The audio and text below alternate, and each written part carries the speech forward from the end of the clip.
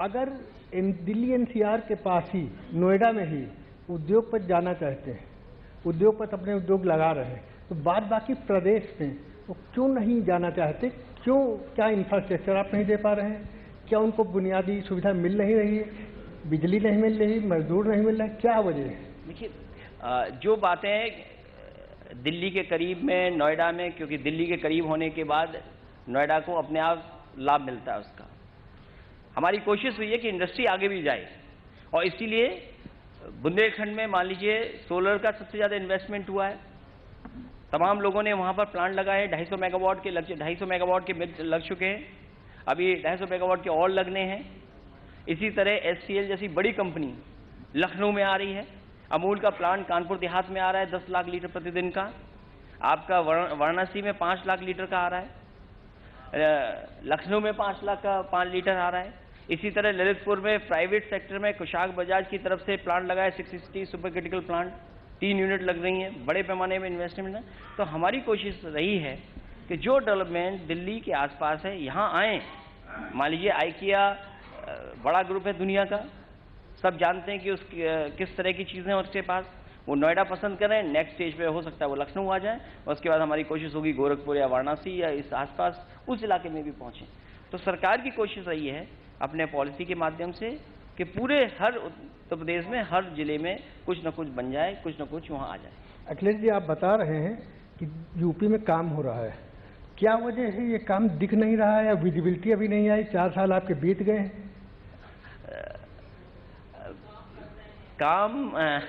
काम और सब कुछ आ तो रहा है, लेकिन क्योंकि हम प्रचार नहीं कर पा रहे हैं, कुछ लोग प्रचार में बहुत आगे, काम में बहुत पीछे हैं, तो लेकिन हम लोग काम में आगे हैं, कहीं ना कहीं प्रचार में हम लोग पीछे हैं। इसीलिए मैंने कहा कि कोई देश का ये नहीं कह सकता या जान नहीं रहा होगा कि fastest ever made express way वो यूपी में हो रहा है।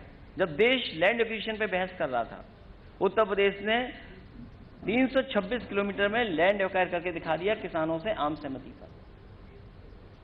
तो ये चीजें मैं समझता हूँ आती तो हैं, लेकिन लोगों तक कब पहुंचेंगे ये तो आपका भी सहयोग, और इसीलिए हम आपके यहाँ कार्यक्रम में बैठे हैं। अखिलेश जी, 2017 नजदीक आ रहा है, साल भर बचा है। लॉ एंड ऑर्डर के नाम पे हरदम उत्तर प्रदेश का नाम सबसे ऊपर आता है, आप इसे कैसे चेक करेंगे? मैंने देखा है कि जब कभी भी कोई इन्वेस्टर यूपी में आया, उसे सबसे पहले सवाल यही पूछा गया कि लॉ एंड ऑर्डर। एचसीएल के मालिक शिव नाडर साहब जब आए, उनसे भी सवाल ये पूछा गया, बहुत सारे लोगों से पूछा गया। लेकिन मैं ये कह सकता हूं, मैं आंकड़ों में नहीं जाना चाहता हूं, लॉ एंड ऑर्डर पर उत्तर प्रदेश की सरकार ने काम अच्छा किया है, और आने वाले समय में सब संसाधन जुटाने का काम, थानों के तमाम चीज़ों को ठीक करने का काम, पुलिस भर्ती कैसे ज़्यादा हो। जब मैं सरकार में आया तो लगभग 2.25 लाख जवानों की कमी थी, अभी मैंने भर्ती की है लगभग 40,000 की, 35,000 की और भर्ती करने जा रहा हूँ, फिर उसके बाद भर्ती करने जा रहा हूँ। कम से कम जिनको लॉ एंड ऑर्डर मेंटेन करना है, कम से कम हम पे उतने हाथ तो हों। तो वो थाना का इंफ्रास्ट्रक्चर, आपकी पुलिस की भर्ती, अभी आने वाले समय में आप देखेंगे कि हालांकि कुछ डिस्ट्रिक्ट में हमारा काम शुरू हुआ है, लेकिन बड़े पैमाने पे पूरे प्रदेश में डायल 100 को, जिस तरीके से इमरजेंसी नंबर दुनिया में दूसरे हिस्सों में है 999 911, उस तरह के इमरजेंसी नंबर उत्तर प्रदेश में होगा, जहां पुलिस 10 मिनट में मौके पे पहुंच जाएगी। ऐसा इंतजाम करने हम जा रहे हैं, अगले वर्ष से आप देखेंगे ये होगा। लेकिन एक चीज बहुत ज्यादा देखी जाती है, सुनी जाती, कही जाती है कि उत्तर प्रदेश की पुलिस सबसे ज्यादा निरंकुश है। मैं समझता हूं सीबीआई में और केंद्र में सबसे ज्यादा यूपी पुलिस के अधिकारी हैं, आप देख लीजिए उठा करके। मैं अपने विषय पे आता हूं, समावेशी लोकतंत्र। अभी से 3.5 साल पहले आप आए थे, जनता के द्वारा चुने जाने के बाद थम्पिंग मेजॉरिटी के साथ आप आए थे। 3.5 साल बीत गए हैं, आप कितने वादे आपने पूरे किए हैं? जनता ने जिन सपनों के साथ आपको बिठाया था, आपने कितने वादे पूरे किए हैं? मैं ये कह सकता हूं, ये पहली समाजवादी सरकार है जिसने अपने घोषणा पत्र पे काम पूरा किया है, और 100% कुछ चीजें हो सकता है छूट गई हों, लेकिन पहली सरकार है जिसने अपने घोषणा पत्र पर काम किया और घोषणा पत्र को पूरा का पूरा जनता के बीच में लागू करने का काम किया और बिना भेदभाव के, न कोई जात का न धर्म का, किसी भेदभाव के बिना हम लोगों ने अपना घोषणा पत्र लागू किया। मैं समझता हूं डेमोक्रेसी में और किसी भी पॉलिटिकल पार्टी के लिए ये सबसे बड़ा फैसला होता है कि घोषणा पत्र कैसे जनता के बीच में लागू करें।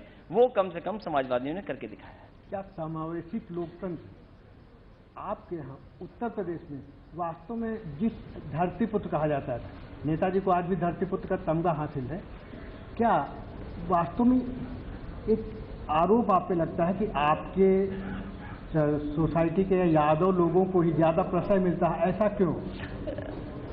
देखिए, ये प्रचार ज्यादा है, सच्चाई नहीं है। और तमाम राजनीतिक दल जब उन्हें कोई मुद्दा नहीं मिलता, क्योंकि एक्सप्रेसवे पे वो बात नहीं करना चाहते, मेट्रो पे बात नहीं करना चाहते। मैंने विधायक निधि से गरीबों की मदद करने का फैसला ले लिया। मैंने गरीबों को कैंसर में, हार्ट में, तमाम बीमारियों में सरकार से पैसा देते हैं। आपके इतनी बड़ी बसें बढ़ा दी, गांव-गांव बसें पहुंचा दी। लोहिया आवास के माध्यम से लोहिया ग्राम बनाने का काम किया। सोलर डिस्ट्रीब्यूशन में केंद्र सरकार ही कह रही है कि सबसे अच्छा काम अगर किसी सरकार ने किया तो उत्तर प्रदेश की सरकार ने किया है। हैंडीकैप वाले मामले में कहा कि सबसे अच्छा काम डिसेबिलिटीज के लिए अगर किसी ने किया है तो उत्तर प्रदेश ने किया है। तमाम इंफ्रास्ट्रक्चर के जो पैरामीटर्स हैं, सबसे ज्यादा काम अगर किसी ने किया उत्तर प्रदेश सरकार ने किया है। तो जिन लोगों को कुछ नहीं मिलता वो अंतोगत्वा यही कहते हैं। अभी उन्होंने आरोप लगाया था कुछ दिन पहले कि जो भर्ती हुई है उसमें सब एक ही तरह के लोग हो गए, और जब रिजल्ट आ गया सामने, ये अलग बात है। ये अलग बात ये है, इसलिए मैं कहता हूं कि जब रिजल्ट आ गया तो वो लोग बोल ही नहीं रहे कुछ। जो लोग ये कहते थे कि एक ही जिले से भर्ती हो गए, एक ही कम्युनिटी के लोग भर्ती हो गए, मैं पूछना चाहता हूं, रिकॉर्ड और रिजल्ट सामने है, आज उनको बहस करनी चाहिए। और वो इसलिए बहस नहीं करना चाहते हैं क्योंकि जो नौजवान अपनी मेहनत से, अपने परिश्रम से पास किया है, वो उनको सबक सिखा सकता है, इसलिए आप बहस नहीं करना चाहते। अभी थोड़े दिन पहले बिहार के नतीजे आए। बिहार में नेताजी गए थे, उन्होंने एक पार्टी को समर्थन देने या वहां बहुमत लाने की बात, बहुमत आने की बात देखी थी, सपना कहा था कि बहुमत आ सकता है। नतीजे कुछ दूसरे आए। क्या आप मानते हैं कि उत्तर प्रदेश में जो चुनाव होने जा रहे हैं एक साल बाद,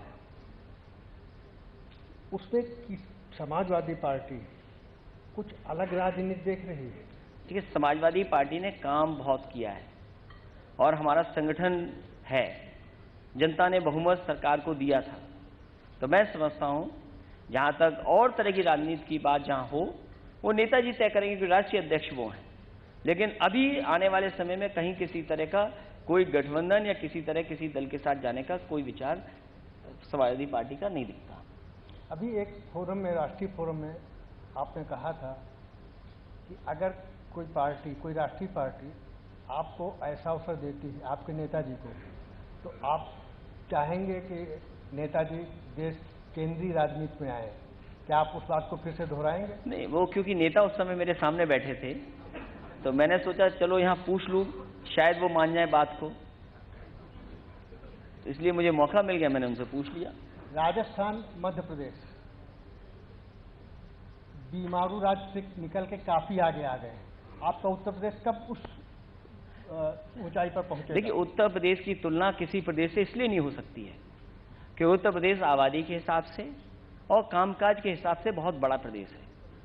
अगर आप देखें जो आंकड़े हैं उत्तर प्रदेश के, हम 45 लाख महिलाओं को समाजवादी पेंशन दे रहे हैं।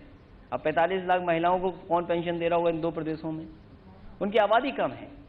अगर हमें बिजली की जरूरत है तो हमें बड़े संख्या में जरूरत है। आज प्रदेश के जो बाजार है वो भी बहुत बड़ा है, हमारे शहर बड़े बड़े हैं, हमारे हर शहर की एक इकोनॉमी है। अगर हम देखें किसी शहर को उठा करके, चाहे वो वाराणसी हो, चाहे वो लखनऊ हो, चाहे बरेली हो, चाहे आपका मेरठ हो, मुरादाबाद हो, इन शहरों की अपनी एक इकोनॉमी है। तो ये तुलना किसी प्रदेश से नहीं की जा सकती, लेकिन कई आंकड़ों में उत्तर प्रदेश दूसरे प्रदेशों से बेहतर है। अखिलेश जी, बिजली, आपने बिजली की बात, बिजली के मामले में उत्तर प्रदेश सबसे फिसड्डी कहा जाता है। एक समय पे कहा जाता था, लेकिन इधर मैं समझता हूँ पिछले 3 साल के काम के परिणाम ये हैं कि बहुत सारे शहरों में हम 20 से लेकर 22 घंटे बिजली दे पा रहे हैं और कई शहरों में 24 घंटे बिजली है, इंडस्ट्री को 24 घंटे बिजली है। कुछ हमारे जो टूरिस्ट वाले इलाके हैं उनमें हम 20 घंटे से लेकर 24 घंटे बिजली दे रहे हैं। तो आज मैं कह सकता हूं कि चाहे वो वाराणसी का क्षेत्र हो, चाहे कानपुर 20-22 घंटे बिजली दे रहे हैं, लखनऊ है। तो आने वाले समय में आप देखेंगे, जब चुनाव से पहले मैं जा रहा हूं और अगली वर्ष से जो फरवरी या जनवरी आप देखेंगे उसमें शहरों को 20 से 22 घंटे बिजली और गांव को 14 से लेकर के 16 घंटे बिजली उपलब्ध उत्तर प्रदेश की सरकार कराएगी। हमारा सबसे बड़ा नेटवर्क उत्तर प्रदेश में है और यही लोग छापते रहते हैं खबरें कि बिजली नहीं आती। मैं समझता हूं आपका हेड ऑफिस कानपुर है, आपके अखबार कानपुर के होंगे पुराने। इस बार कोई राजनीतिक दल कानपुर में आकर के बिजली के खिलाफ आंदोलन नहीं कर पाया। वो इसलिए नहीं कर पाया क्योंकि बिजली हमने उपलब्ध करा दी।